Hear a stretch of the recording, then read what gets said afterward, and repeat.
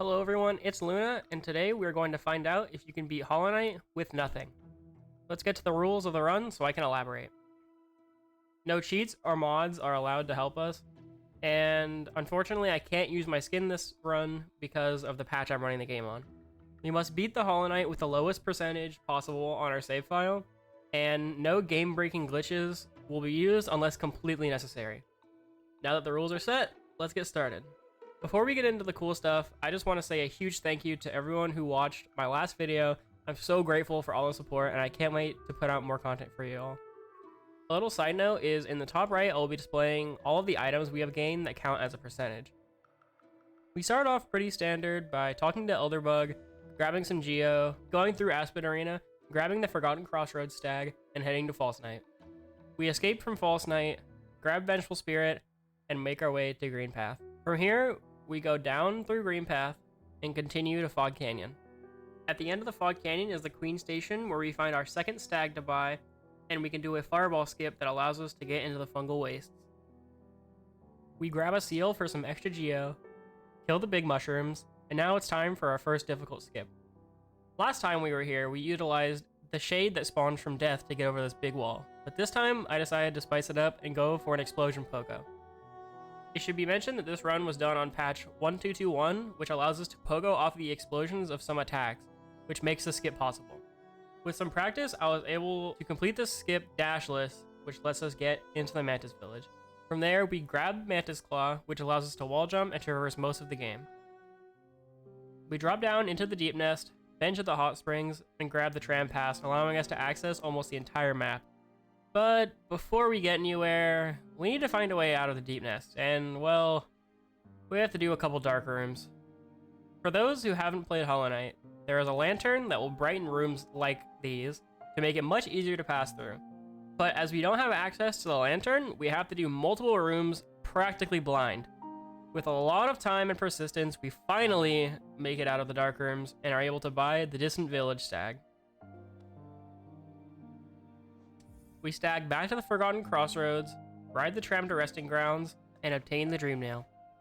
We once again use the tram, but this time it is to get to the Ancient Basin so we can get to the City of Tears and fight our first boss, the Watcher Knights.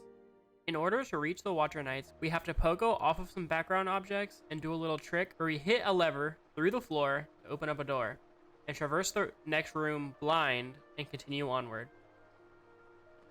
We head upwards and cut the rope above the boss arena as it removes one of the Watcher Knights from the fight. The Watcher Knights on a first playthrough is usually quite difficult, but once you get a handle of the movement of Hollow Knight, it becomes pretty easy. But what if we had almost no movement or damage? Well, that's exactly what we have. The Watcher Knights being extremely mobile makes this fight a huge pain with little to nothing. And on top of that, we have no nail upgrades or charms to help us brute force this. So, yeah, this is gonna be painful.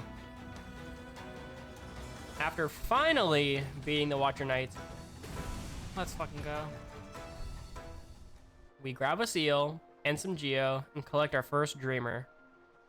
We talk to Lem in the middle of the city and head back up to him to cash in some items. Wait, Your son? Gian. Dude, are you serious? Oh, Paul. Okay, guys, Lem here won't let me sell unless you like and subscribe. I know, I'm sorry, guys. I hope it's not too much to ask.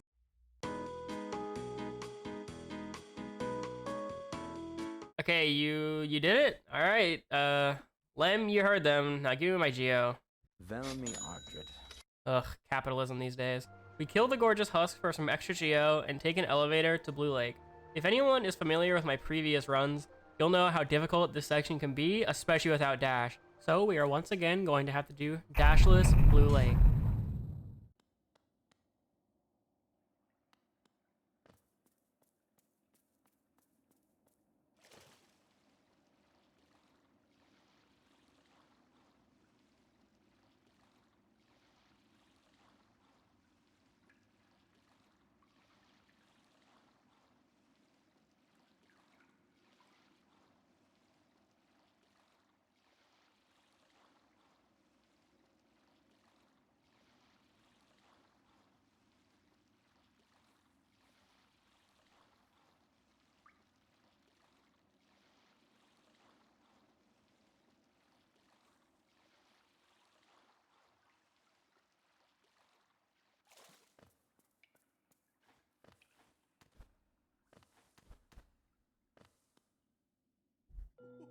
We rescue Sly and go to Dirtmouth, buy the Lumafly lantern, and go to the Crystal Peaks.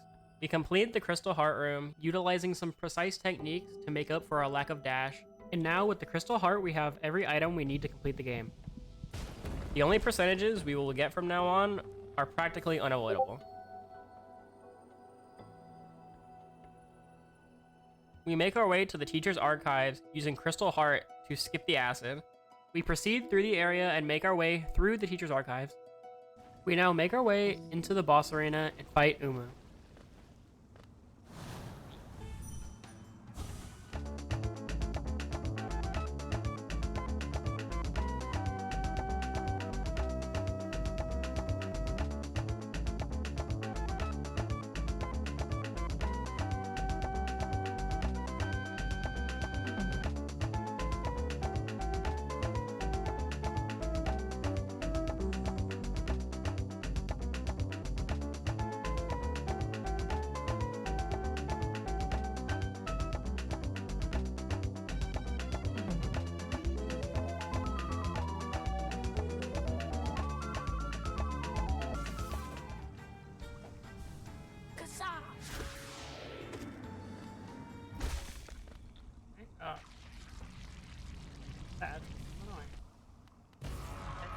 You defeat the best boss in the game, who is really fun to fight and not boring.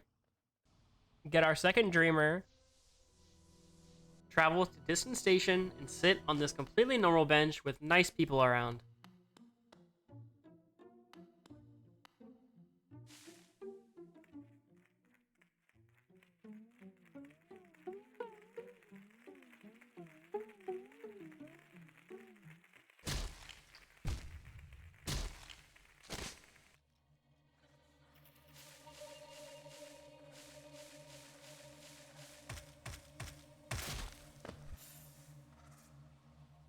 We have a very fun time in the Beast Den because it's an amazing area, and we find our third and final dreamer.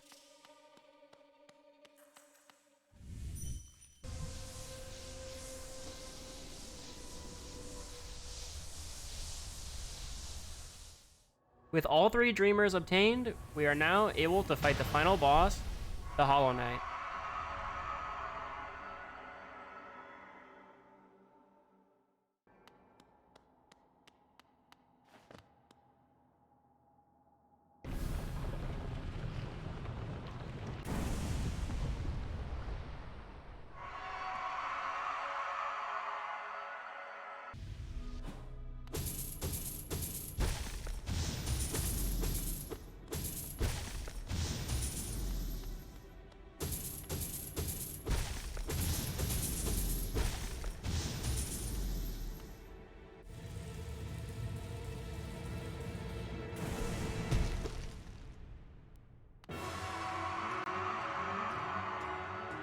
Despite how difficult the Watcher Knights were, this fight blew it out of the water, but it made for a fitting end to our run.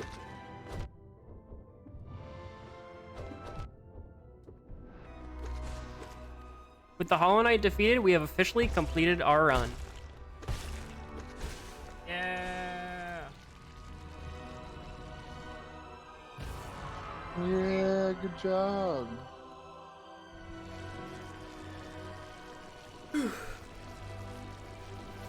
You did great. We're almost over.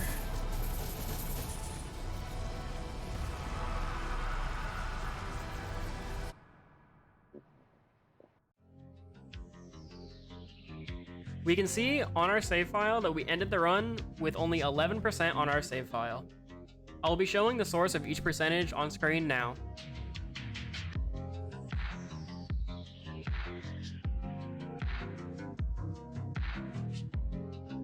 Routing this out was a lot of fun, and learning so many new tricks always has me excited to play one of the best games I've ever played. I would like to give a huge shout out to all the artists whose music was used in this video, and more importantly, I want to shout out you, yes you, the person watching right now. I appreciate you so much for stopping by, and I hope I could brighten your day. Each and every one of you are making my dreams possible of being a full-time content creator, and it means so much to me that I can't even put it into words. I hope you guys enjoyed, and I'll see you in the next one. Bye!